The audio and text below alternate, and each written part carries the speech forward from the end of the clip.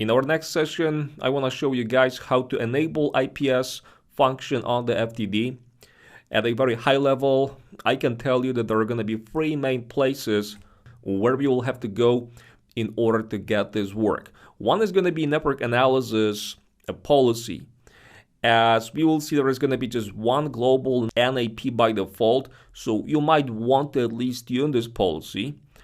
There is going to be our intrusion policy, which is where we will enable, disable certain rules. And there is also going to be an access control policy where we will activate these two.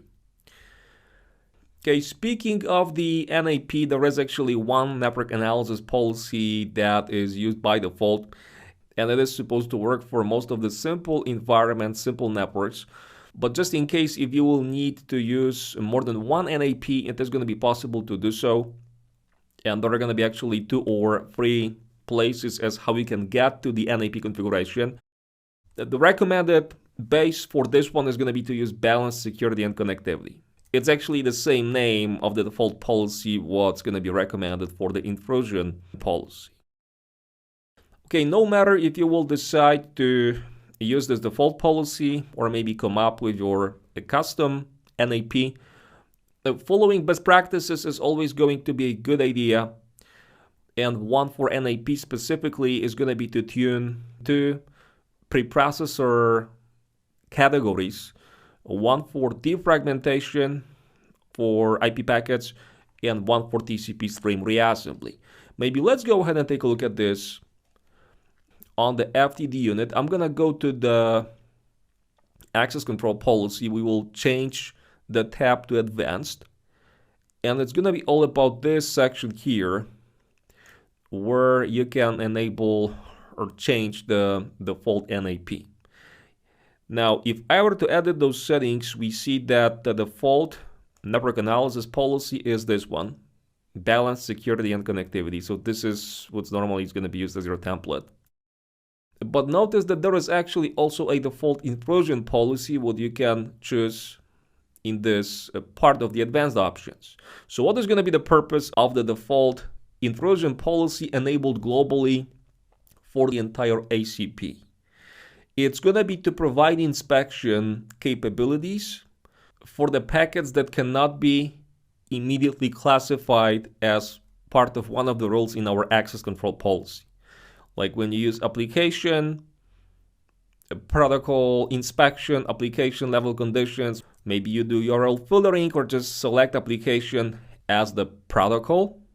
In those cases, FTD will wait for several packets. It will have to inspect several packets in order to determine the protocol or just any type of other layer 7 information that needs to find a match in one of the ACP rules.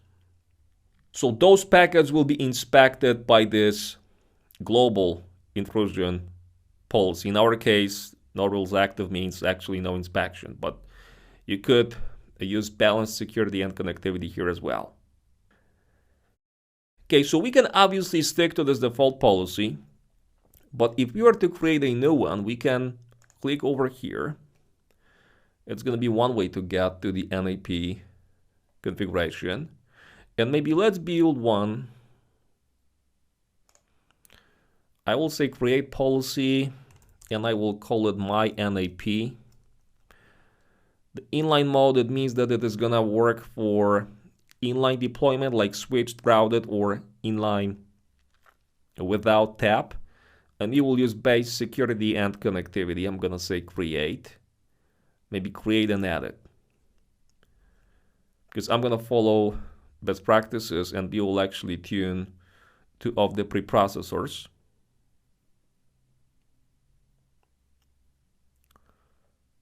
Okay, so it's the policy name. The inline mode is enabled. This is our template. You can also see the template here, other policy layers. My changes is going to tell us what's different from the base template. What's going to change? So let's take a look at IP defragmentation. And it's going to be all about selecting the operating system, or just a method used by a given operating system for doing packet IP packet reassembly, plus some additional settings related to reassembly. Okay, and this default setting, as you can see here, for defragmentation and also for TCP stream configuration, this stuff is generally meant to work for Windows devices. But if you're using Linux boxes or maybe Unix systems or Mac laptops, you will definitely want to change those settings because those different operating systems potentially use a different IP packet or stream reassembly method. So the goal is going to be to use the same method as what your end hosts will do when it comes to reassembly. Because if my endpoint reassembles a packet, let's say from the end to the beginning in this order, but my FTD does reassembly in a different way, like from the beginning to the end, the packet that's going to be analyzed by FTD is going to be different to what's seen by my host. Okay, so in my case, I'm using Windows 7 clients. I will change this option. And you'll then go back to the policy information, and you'll have to commit this change. Okay, so now when I take a look at my changes,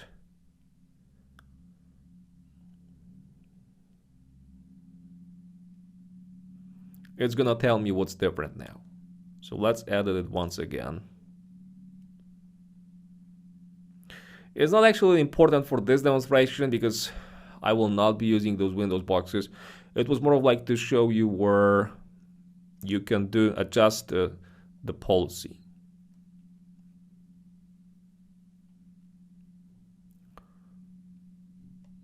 Let's take a look at TCP stream configuration.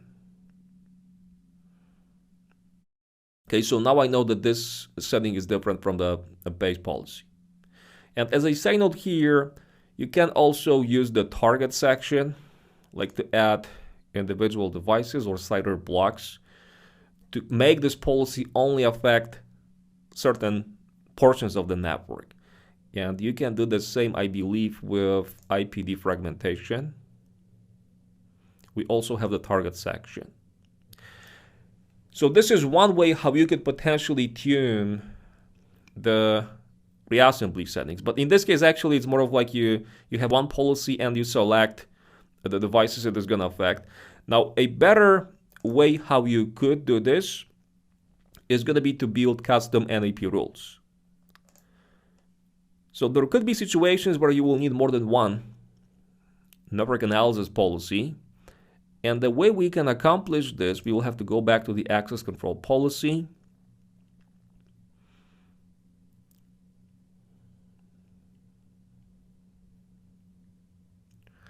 And by the way, you could also access network analysis policy from here. I will edit my ACP. We will then go to the advanced tab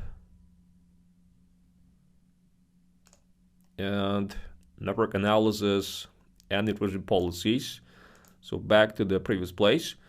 And what you can do, instead of just using this option to build NAP, you can click over here on the No Custom Rules. And this is where you can specify what NAP you want to use for what traffic. Like if this is from the inside to the outside, I can also specify IP addresses, maybe VLAN tags if this is inline. Again, let's specify the source and destination. I can pick this NAP versus for other communication, I can use a different policy.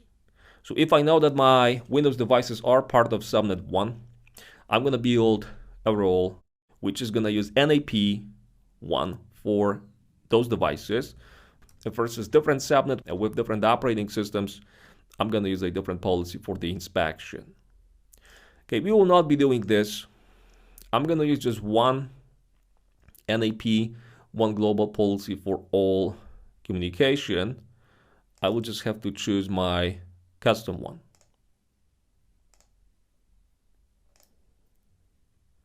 Okay, I'm going to save. So this was step number 1. We tuned the network analysis policy, some of the preprocessor settings. Okay, then in the second step, you'll have to think about the intrusion policy, which is where we will enable, disable individual snort roles. But in most cases, before you get to this point, you'll have to think about tuning the variables. Remember that the next generation IPS engine extensively uses variables, and at least two of them must be explicitly set. It is going to be home net and external net. External net, in most cases, you will leave it to be any, but let's just take a look at home net. I'm going to say that we will just add one subnet. It's going to be the inside of the FTD. This is inside, this is outside. So outside is going to fall under the external net. I'm only going to add 192.168.21 as part of my home net. So from objects, object management, down to variable set. Let's add a default set. We will not be adding a custom one. Added home net, and I'm going to add an entry for, let's say int1 is 192.168.21.0/24. Now technically, okay, looks like we already have this object. I'm going to say int2. And this is not going to be actually needed for my demonstration because I'm going to be using IP addresses as my build my signatures. But it's just to show you how to do this. So this setting is going to definitely help with other non-custom snort roles that rely on variables. Okay, so this stuff is now, where's the home net? It's over here. It says customized. Versus external net is left as any. Okay, I'm going to say save.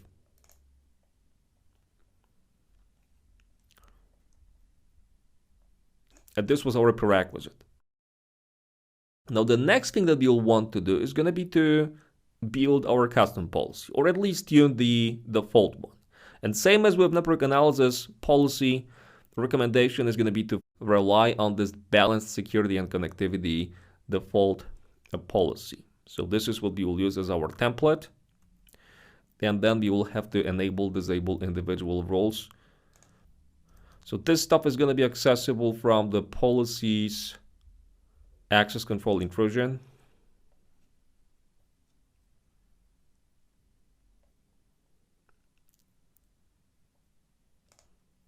We will create the policy, my IPP.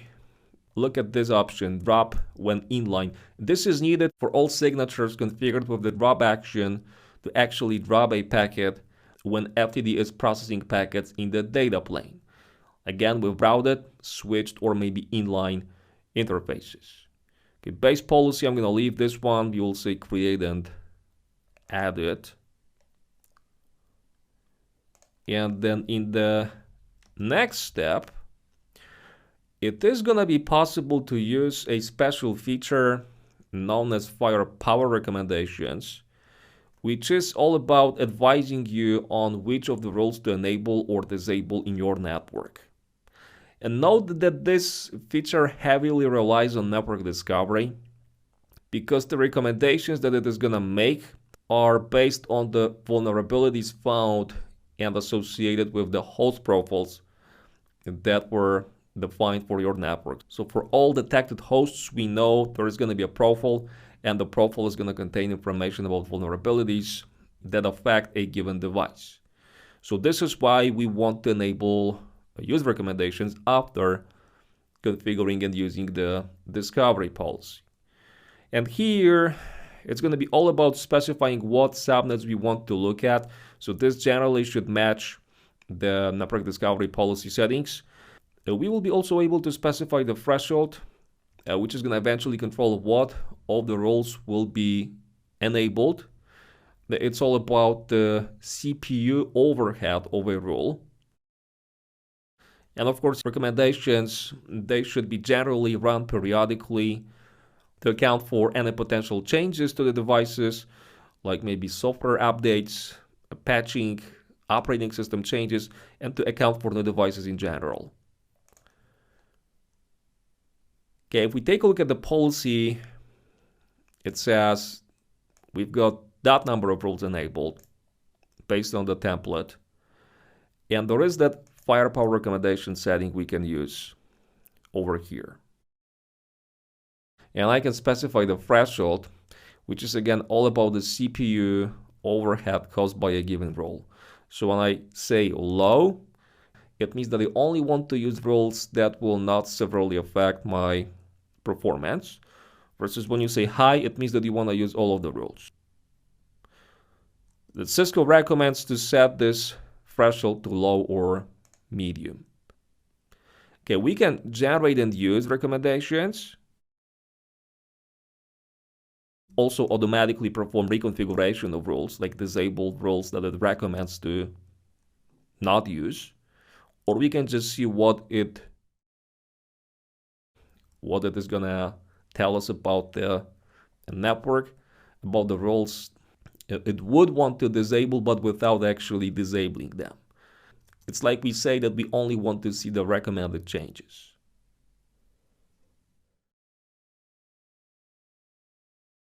All right, let's now take a look at the recommended rule set. We see what it says here is that it wants to set 32 roles to generate events.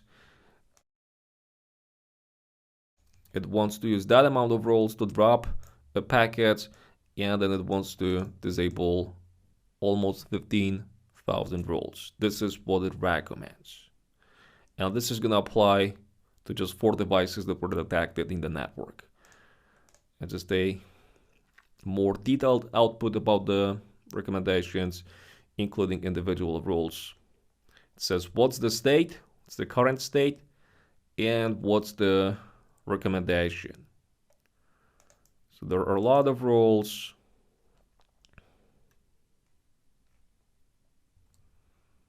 But you have the ability to take a look at them one by one. You can double click on the rule to see what it means, what it is supposed to detect, what's the description, at least for the rules that are documented.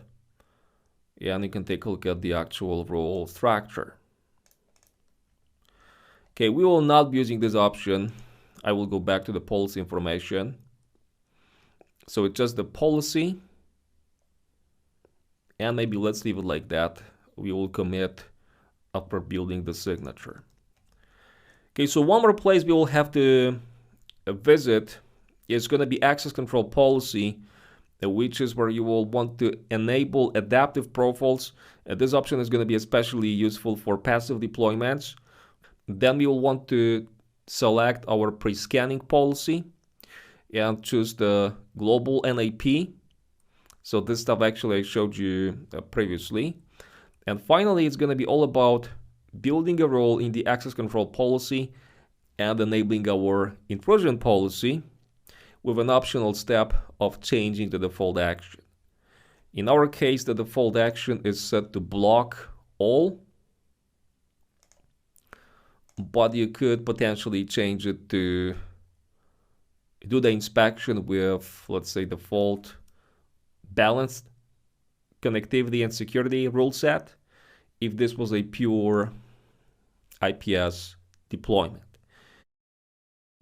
In my case, this device is acting as a firewall, so I will block all communication at the end, and we will be playing with those individual roles and enabling IPS selectively. Actually, there's going to be just one role what I will use for this demonstration. For verification, the easiest way to take a look at those events is going to be to use the Analysis Intrusion tab. Okay, so let's now build our custom signature. I'm going to say that the signature is going to be generally built for TCP communication, and we will be interested in traffic coming from the inside from 192.168.21/24. In particular, what we will be looking for is going to be a string of characters. I'm going to say that this is going to be hack, and we will want to make this case insensitive. So we will be looking at this communication. We will just have to have a role on the FTD that allows this traffic, and then we will modify the role and enable inspection. Okay, so for this to work, what we will have to do in the first place is going to be to build the role. I'm going to go to Objects, Intrusion Roles, and we're going to use the role editor to add a role, add a custom role. I can say create role over here, or I could also upload, update, and then from role updates, select the file, text file with my custom roles. So create a role. This is definitely a much more user-friendly method. I'm going to say that the message is going to be set to attack-hack. And we will classify this role, let's say, as a suspicious string was detected.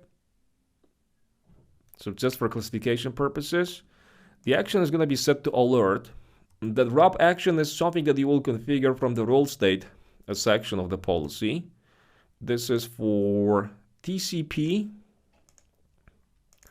let's say directional, from the source of 192.168.21.0/24. And it's going to be for all TCP communication to any destination, so I will leave those fields blank. And I'm going to use the PCRE keyword to configure the string. So PCRE, remember this is for regular expressions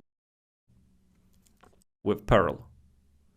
Just choose this option, click on Add, and remember that in this case, regular expression must be encompassed within /.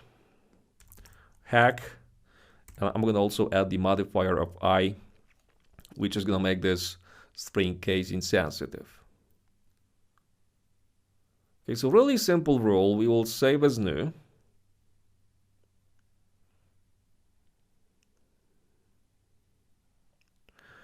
And then we will have to go back to our custom policy and change the default rule state.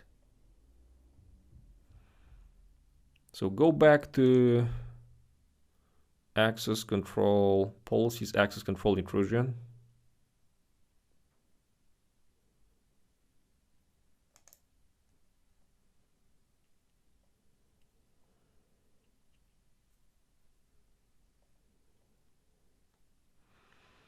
Okay, edit the policy.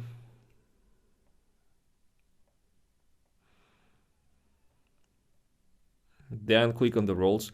And probably the easiest way how I'm gonna find it, I'm just gonna say hack to filter the roles, and here's the custom role.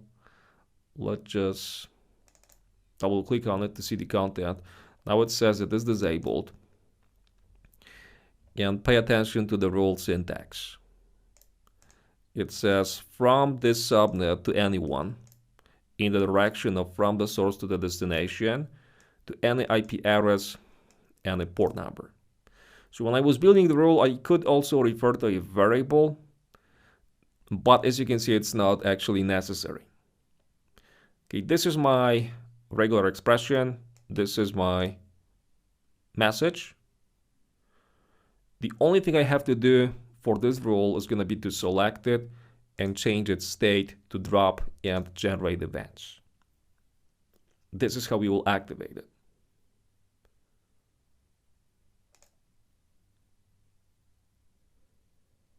Okay, go back to the policy, commit this change, and then the last step is going to be to activate our policy in the ACP.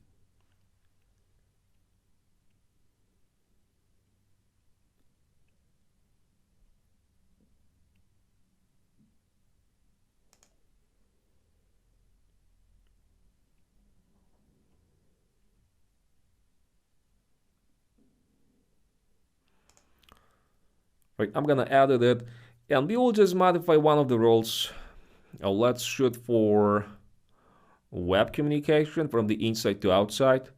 So it's gonna be all port 80 traffic. I'm gonna say edit, and under the inspection tab, I'm gonna select our intrusion policy with the default variable set. So save this configuration. Before I deploy, let me go back to the intrusion policy and make sure it says it's up to date. Or just that it doesn't have any unsafe changes, I should say. It's out of date because we have to push. Let's just say deploy. And when it finishes, we will just test this configuration. All right, how am I going to test this rule? I'm going to enable web server on router 4. And we will connect from to. I'm going to use the web client, the copy command with the HTTP argument. We'll just try to download a file called hack. IP HTTP server. And then on to, let's just copy and try to download, let's say, file called asd.txt. And we will trash the output. It says no such file or directory, which is good. Now let me make sure that the policy is already pushed.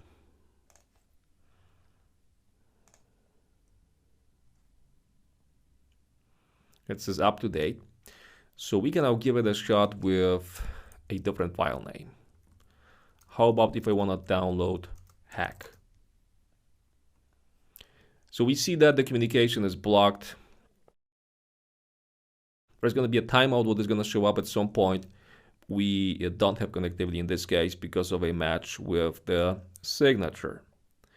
And I should be able to confirm this from analysis, intrusions, events. We should see connection attempt. And when I click on the details now, we should see an indication of a drop through the inline result column. It says drop from 2 to 4. Okay, this is the message that was generated by the signature.